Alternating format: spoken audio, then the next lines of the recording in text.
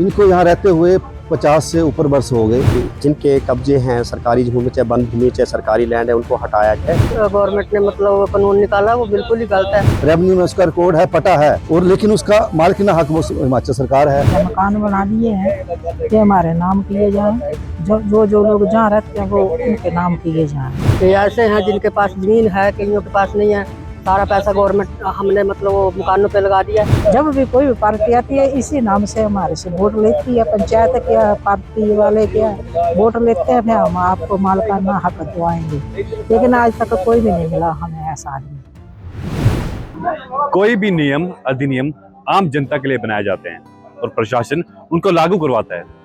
अगर बात करें हिमाचल प्रदेश की, तो वर्तमान में हिमाचल प्रदेश में एक मुद्दा जो है काफी प्रज्वलित है, काफी चर्चित है, क्योंकि यह मुद्दा जो है सीधे तौर पे हम कहें तो जनता से जुड़ा हुआ, जनता को प्रभावित कर रहा है। हाईकोर्ट की हम बात करें तो हाईकोर्ट के द्वारा एक निर्णय आता है जिसमें सरकारी भूमि पे जो लोग रह रहे हैं, तो बात के 7-8 दशकों से कई लोग सरकारी भूमि पे रह रहे हैं, क्योंकि उस भूमि पे रहने के लिए सरकार ने ही उनको भूमि अलॉट की है, पट्टे बांटे, और उसी पट्टे की हम बात करें तो कुछ लोगों को एग्रीकल्चर के लिए और कुछ लोगों को रहने के लिए जगह दी गई। ऐसे में निर्णय आया 5-6 दशकों बाद कि उस भूमि को खाली करवाओ, और उस भूमि पे जो कब्जे हैं, आप कह सकते हैं कि अवैध कब्जे हम नहीं कहेंगे, कि उस समय जब ये भूमि पे रहने लगे थे तो उसी समय पंचायतों की बात करें तो पंचायतों ने भूमि अलॉट की थी, पट्टे अलॉट किए थे, ताकि लोग जो बेघर हैं, जो गरीब तबके के लोग हैं, उनको जमीन मिल सके एग्रीकल्चर के लिए और रहने के लिए। ऐसे में अब सरकार का ये कहना है कि उन भूमि को खाली करवा दिया जाए।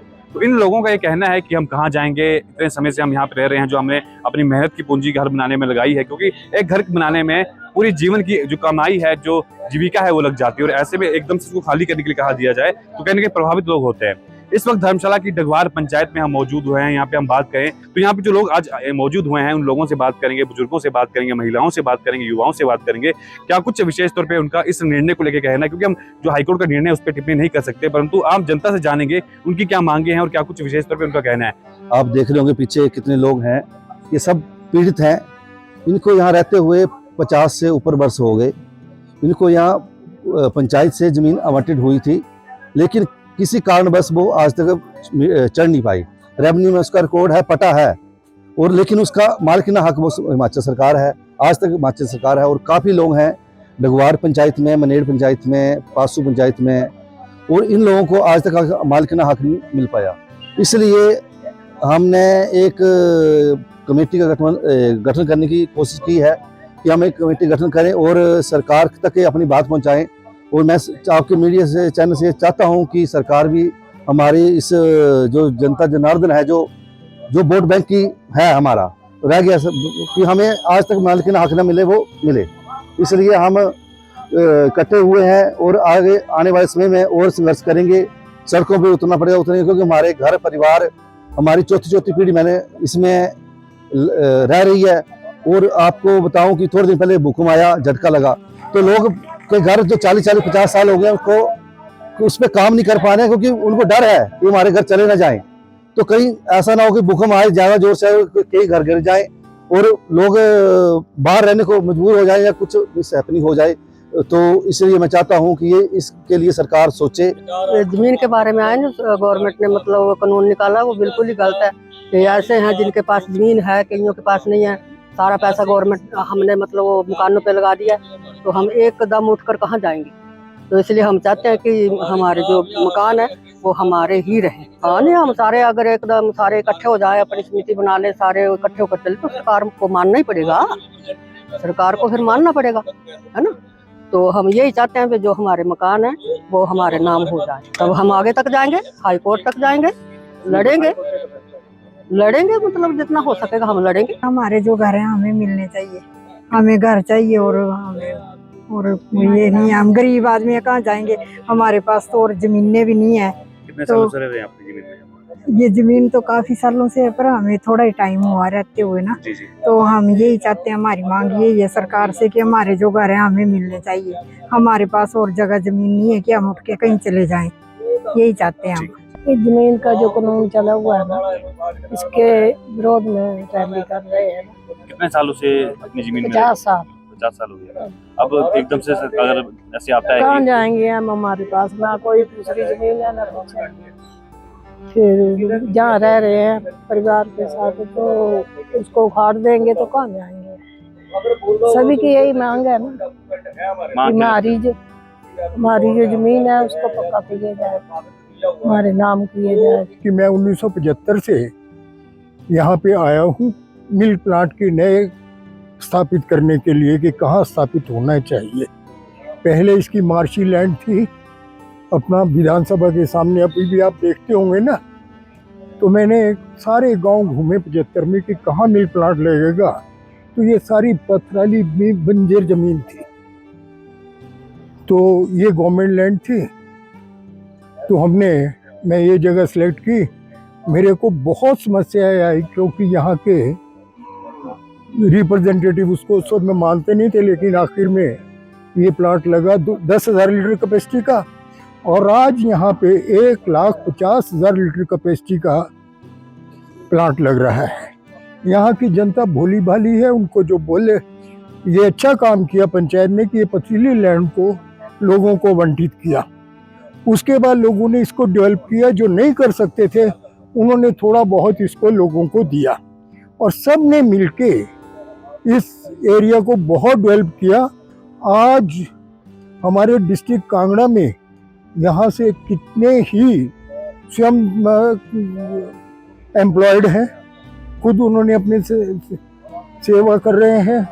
बहुत सी इंडस्ट्रीज लगी हुई हैं और बहुत कार्य चल रहा है। जब इतनी तरक्की कर ली इस इलाके ने तो 163 पास किया गया और ये कहा गया कि ये जमीन इन लोगों को दी जाए। तो यहाँ पे सभी आम ग्रामवासी इकट्ठा हुए हैं और एक जो सुप्रीम कोर्ट का निर्णय आया है, सुप्रीम कोर्ट का जो निर्णय आया है कि जिनके कब्जे हैं सरकारी भूमि चाहे वन भूमि चाहे सरकारी लैंड है उनको हटाया जाए, ये हाई कोर्ट का निर्णय है।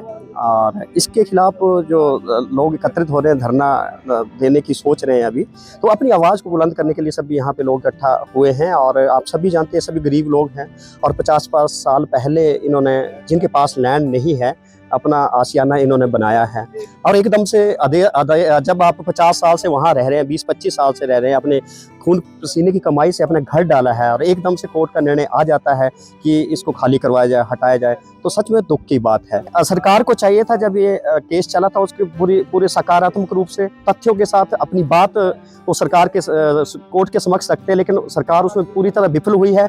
जो तथ्य थे उनको सही तरीके से पेश नहीं किया गया। जो वकील थे, जो एडवोकेट थे, उन्होंने धरातल की सच्चाई को नहीं देखा कि हिमाचल में चल क्या रहा है। जो छोटे छोटे बेचारे गरीब लोग हैं, जिनके छोटे छोटे पट्टे उनको दिए हैं, या थोड़े थोड़े 3-4 मरले पे कब्जा किया और घर बनाए हैं 50 साल पहले, क्या जरूरत थी ऐसा निर्णय लेने की कि उनको एकदम से हटा दिया जाए। तो नेचुरली सरकार तो विफल हुई है। हमारी मांग यही है, ये जो हमने मकान बना दिए हैं ये हमारे नाम किए जाएं। जो लोग जहाँ रहते हैं वो उनके नाम किए जाएं। हमने बगीचे लगाने के लिए तो ली नहीं, हमने मकान के लिए जगह ली है, तो और हमें ठेका लगाने जो लगाया जाए, मालकिन हक जो दिया जाए। कितने साल से रह रहे हो अपनी? हम 50 साल हुए हैं। वैसे सरकार क्यों बोल रही है कि अपनी जमीन खाली कर दो, कहाँ जाएंगे? कहाँ जाएंगे? तो एक टेंट भी लगाएंगे, वो भी सरकार का तो होगा। जाना कहाँ, हम घर छोड़ के कहाँ जाना हो? अब तो हम शमशान में जाने वाले, कहाँ जाएंगे? क्या लगता है कि सरकार में व्यवस्था परिवर्तन हो रहा है? सरकार से नहीं, ऐसी बात नहीं। हम जब डेयरी फार्म का उद्घाटन सन 1984 में हुआ था ना, उस टाइम में भी मतलब सामूहिक सारे पब्लिक ने एप्लीकेशन दी थी, पर कोई मतलब उसका कोई एक्शन नहीं हुआ है। जब भी कोई भी पार्टी आती है इसी नाम से हमारे से वोट लेती है, पंचायत क्या पार्टी वाले क्या वोट लेते हैं, हम आपको मालकाना हक दिलवाएंगे, लेकिन आज तक कोई भी नहीं मिला हमें ऐसा आदमी। तो जाएंगे वोट तो नहीं देंगे। जब हमारा काम आज तक कुछ हुआ नहीं तो हम वोट क्यों देंगे? बहिष्कार करोगे? हाँ जी, बहिष्कार करना तो वोट पाने नहीं। वोट नहीं पाने हमने, किसी को भी नहीं देना वोट। इतने साल हमारे को गवर्नमेंट बैठा था तो इतना के काम नहीं। अब मतलब शिमले का जो मुकदमा है वो दिल्ली में पहुंचा दिया। हमारी औकात है वो पाने, एक क्लास 4 नौकरी करके हम कहाँ जाएंगे दिल्ली में, कहाँ रहेंगे बच्चों को लेकर? ये तो बड़ा गलत काम किया ना। आज यहाँ पे किस वजह से आए आप? ये जो सरकार के आदेश हुए हैं हाई कोर्ट के कि अवैध कब्जा जो लोगों ने किया हुआ है उसके रिगार्डिंग हम एक मीटिंग रखी है, आवंटित पट्टा भूमि संघर्ष समिति। उसके तहत हम सब लोग यहाँ इकट्ठे हुए हैं कि 50-60 सालों से लोग यहाँ पे रह रहे हैं, तो ऐसे अगर लोगों को निकाल देंगे तो लोग जाएंगे कहाँ? इतने सालों से सारी जमा पूंजी उन्होंने मतलब अपने घरों के लिए पीढ़ी दर पीढ़ी, अगर उनके पास जमीन ही नहीं होगी तो वो घर कहाँ बनाएंगे? तो ऐसे तो लोग रोड पे आ जाएंगे। तो ये नहीं होना चाहिए। तो पंचायत के द्वारा दिए गए थे, तब लोगों ने मतलब खेती बाड़ी के लिए दिए थे, उनका रोजगार चल सके, घर बनाने के लिए दिए थे। तो लोगों को तो यही लगा था कि इतने सालों से रह रहे हैं, हमें तो यही लगता है कि मालिकाना हक है और ये होना चाहिए। सर आज डगवार पहुंचे हैं, यहाँ पे जो बैठक हुई है उसमें आपने भाग लिया, क्या मांगे हैं ये लोगों की, क्या कुछ निर्णय जो है आज इस बैठक में लिए गए? देखिए, ये जो कोर्ट का निर्णय जो आया है उससे काफ़ी लोग जो हैं वो प्रभावित हो रहे हैं, और उनमें से बहुत से लोग मैंने ऐसे देखे जिनके पास 5 मरला ज़मीन है, उसके अलावा कोई ज़मीन नहीं है, गरीब परिवार से लोग हैं, और उनके सूनर और लेटर जो कोर्ट के आदेश जिस तरीके से हैं उनके घरों को तोड़ा जाएगा। तो मुझे लगता है कि एक तरफ सरकार जो वो खुद कहती है कि भैया जिनके पास ज़मीन नहीं है उनको ज़मीन आवंटित करके उनको घर बना के देंगे, सरकार उसके लिए पैसा भी दे रही है, और जिन लोगों ने अपने पैसों से वहाँ घर बना लिया है उनको तोड़ने का जो है वो कोर्ट के द्वारा जो है आदेश पारित हो गया। तो कोर्ट के आदेश के ऊपर तो मैं कोई टिप्पणी नहीं करना चाहता और ना मैं उसके बारे में चर्चा करना चाहता हूँ, लेकिन एक सामाजिक कार्यकर्ता होने के नाते मेरा ये भी दायित्व बनता है कि जहाँ पे इस प्रकार की समस्याएं उत्पन्न होती हैं तो उसके समाधान के लिए हम लोगों को प्रयास करना चाहिए। और ये इन सब लोगों से मिलकर यही कोशिश कर रहे हैं हम लोग कि इस बात का समाधान क्या निकल सकता है जिससे सरकार को भी लाभ हो, जिससे लोगों को भी लाभ हो, क्योंकि कोई भी सरकार और कोई भी प्रशासन जो है वो जनता के लिए ही बनाया जाता है, और अगर जनता ही अगर उसमें पीड़ित है, ठीक है, उसमें कुछ गलतियां रहती हैं, लेकिन ऐसा नहीं है कि सरकार राहत नहीं देती है। आज बेजुबान जो जानवर हैं कुत्तों का, आज सुप्रीम कोर्ट में केस लगा था, बेजुबान लोगों की भी बात सुनी जाती है, तो ये तो फिर भी जो है वो संवेदनशील लोग हैं, और इन्हीं के लिए ये सारा तंत्र बना है, चाहे कोर्ट है, चाहे एडमिनिस्ट्रेशन है, चाहे सरकारें हैं, ये सब जनता के लिए ही काम करने वाली है। अंततः जनता ही कहीं ना कहीं पीड़ित है। अब उसमें 2 चीज़ें हैं कि भैया एक जो लीगल फ्रेमवर्क में काम करने वाले लोग हैं, एक जो इलीगल फ्रेमवर्क में काम करने वाले लोग हैं। ऐसा नहीं है, अभी जो एक उदाहरण दूंगा मैं आपको कि अभी जो FRA का जो केसेस हैं, फॉरेस्ट राइट एक्ट के अंदर जो सरकार भूमि अलॉटमेंट करने की जो बात कर रही है वो भी एक कानूनी है, और वो भी ज़मीनें उन्हीं लोगों को दिए जा रहे हैं जो अवैध रूप से वहाँ पे किसी न किसी समय से जिन्होंने कब्जा किया हो। कई जैसे मुझे मान लीजिए पट्टा अलॉट हुआ, मैंने वहाँ पे मेरे को पंचायत ने बोल दिया आपको पट्टा अलॉट हो गया, एक कागज़ मेरे को पकड़ा दिया, लेकिन उसके बाद क्या हुआ कि मैं उसको एग्जीक्यूट ही नहीं करवा पाया, तो वो मेरे नाम चढ़ा ही नहीं। ठीक है, जब वो मेरे नाम चढ़ा नहीं और मुझे जरूरत पड़ी कोई शादी ब्याह, कोई जीना मरना, बच्चों को पढ़ाई के लिए, मेरे पास जो ज़मीन थी मैंने उसको आगे किसी और को दे दिया। मैंने कहा भैया इसकी रजिस्ट्री नहीं हो सकती है, आपने लेना तो आप सस्ते दामों पर मेरे से ले लो, और मुझे पैसों की जरूरत है मैं दे देता हूँ। ऐसे किस्से भी आ रहे हैं सामने। और फिर उसके बाद उन लोगों ने उनके ऊपर अपने पूरे जीवन भर की कमाई जो है वो लगा दी, और वहाँ पे वो बैठ गए, तब भी सरकारों ने कुछ नहीं किया, कोई एक्शन नहीं हुआ, कुछ नहीं हुआ। तो अब ये जो एडमिनिस्ट्रेटिव निग्लिजेंसी रही है उसके बारे में कोई बात नहीं कर रहा है कि जहाँ पे अधिकारियों की निग्लिजेंसी रही है, सरकारों की निग्लिजेंसी रही है, वहाँ पे उस विषय के ऊपर कोई चर्चा नहीं है, कोई कुछ नहीं है। लेकिन जहाँ पे एक पीड़ित व्यक्ति जो जिसने ज़मीन वो ले ली और गलती से जिसने घर बना दिया, उसके ऊपर जो इफेक्ट आ रहा है वो भी देखने वाली बात है।